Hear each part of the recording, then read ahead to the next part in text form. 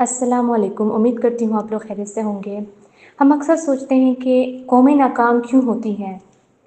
اس حوالے سے جو ہے ایک کتاب لکھی گئی ہے وائی نیشنز فیل کے نام سے، جس کے رائٹرز جو ہے وہ دارون ایسیموگلو، جیمز اینڈ رابنسن ہیں۔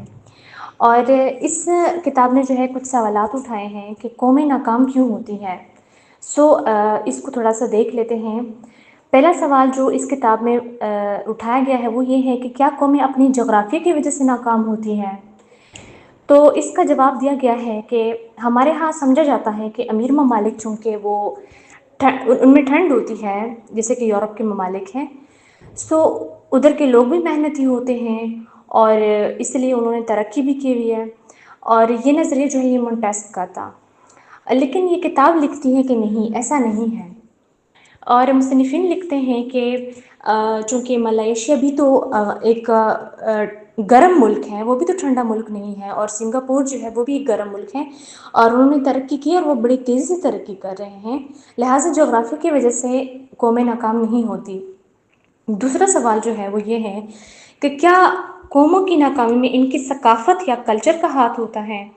پھر جواب دیا گیا ہے کہ قومیں جو ہے، جسے اگر افریقی ممالک کی مثال لی جائے کہ وہ اگر اس لیے غریب ہیں کہ وہ چونکہ جادو ٹونے پہ یقین رکھتے ہیں، اور وہ مغربی ٹیکنالوجی کو چونکہ وہ قبول نہیں کرتے اور ان کو ریزسٹ کرتے ہیں، لہٰذا اس لیے وہ غریب ہے، کیونکہ وہ اس کی ثقافت ایسی ہے۔ لیکن یہ کتاب لکھتی ہے کہ نہیں، کسی بات تک تو ثقافت جو ہے وہ کردار ادا کرتی ہے ان کی ترقی میں، لیکن اس کو ترقی کا پیمانہ نہیں بنایا جا سکتا۔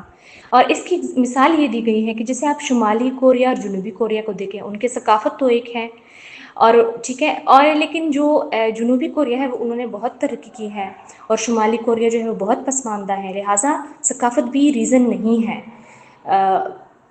ترقی کا۔ پھر ایک سوال جو ہے وہ جو ہمارے ذہن میں آتا ہے کہ کیا قومیں جو ہے ان کی حکمرانوں کی جہالت کی وجہ سے وہ ناکام ہو جاتی ہیں؟ تو یہ کتاب لکھتی ہے کہ نہیں، جو حکمران ہوتے ہیں وہ جاہل نہیں ہوتے، بلکہ وہ مجبور ہوتے ہیں، اور وہ مجبوری کی وجہ سے جو ہے وہ غلط فیصلے بھی کرتے ہیں۔ جیسے کہ انہوں نے ایک افریقی ملک غانا کی اگزامپل دی ہے کہ جنہوں نے جان بوجھ کر غلط سیاسی فیصلے کیے، اور پھر غانا جو ہے وہ ملک مکمل طور پہ معاشی طور پہ برباد ہو گیا۔ پھر چوتھا سوال یہ ہے کہ کیا ادارے اور قوانین جو ہے وہ ترقی پر اثر انداز ہوتے ہیں؟ تو یہ کتاب لکھتی ہے کہ کسی بھی ملک و قوم کی ترقی میں جو ہے ان کے اداروں اور قوانین کا بہت بڑا ہاتھ ہوتا ہے۔ وہ لکھتے ہیں کہ ترقی کی بنیاد یہ ہے کہ کسی ملک میں کاروبار کرنے کے کتنے مواقع موجود ہیں اور لوگوں کو اپنی محنت کا پھل ملتا ہے کہ نہیں ملتا۔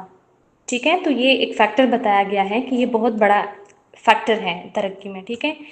اور جو ممالک عوام دوست قوانین اور ادارے نہیں بنا پاتے اور اپنے لوگوں کو ترقی کے برابر مواقع دینے کے بجائے دبانے اور پروپیگنڈا کرنے کی کوشش کرتے ہیں، تو وہاں کے عوام اور وہ ممالک غریب رہتے ہیں۔ پھر ایک جو پوائنٹ بتایا گیا ہے اس کتاب میں وہ یہ ہے کہ جب اقتدار ایسے لوگوں کے پاس آ جاتا ہے جو عوام کی خوشحالی میں دلچسپی رکھتے ہیں، تو وہ ایسی معاشی ادارے بناتے ہیں جو عوام کے لیے برابری کے مواقع پیدا کرتی ہیں۔ دوسری طرف اگر حکومت ایسے لوگوں کے ہاتھ میں چلی جائے کہ جو ملک کی دولت لوٹنے پر یقین رکھتے ہوں، تو وہ ایسے معاشی ادارے بناتے ہیں کہ جو صرف لوٹ مار کرتے ہیں، اور اس کی وجہ سے بھی قومیں جو ہے وہ زوال کر جاتی ہیں۔ اور نیکسٹ جو ایک اس میں پوائنٹ ہے جو کہ بہت زبردست پوائنٹ انہوں نے لکھا ہے، مصنفین لکھتے ہیں کہ اور ان کا ماننا ہے کہ اصل میں ہر ملک اور قوم کی ترقی کا دار و مدار اس بات پر ہوتا ہے کہ اس کی ایلیٹ کلاس جو ہے اس کا مفاد کس چیز میں ہے۔ یعنی کہ اگر ایلیٹ کلاس کو ملک کو ترقی دینے میں فائدہ نظر آئے گا تو وہ ملک کو ترقی دیں گے، اور اگر ان کو لوٹ مار کرنے میں اپنا مفاد نظر آئے گا تو وہ ایسا ہی کریں گے۔ یعنی کہ ادارے جو ہیں اور قوانین یہ بہت بڑا کردار ادا کرتے ہیں کسی بھی ملک کی قوم اور ترقی میں۔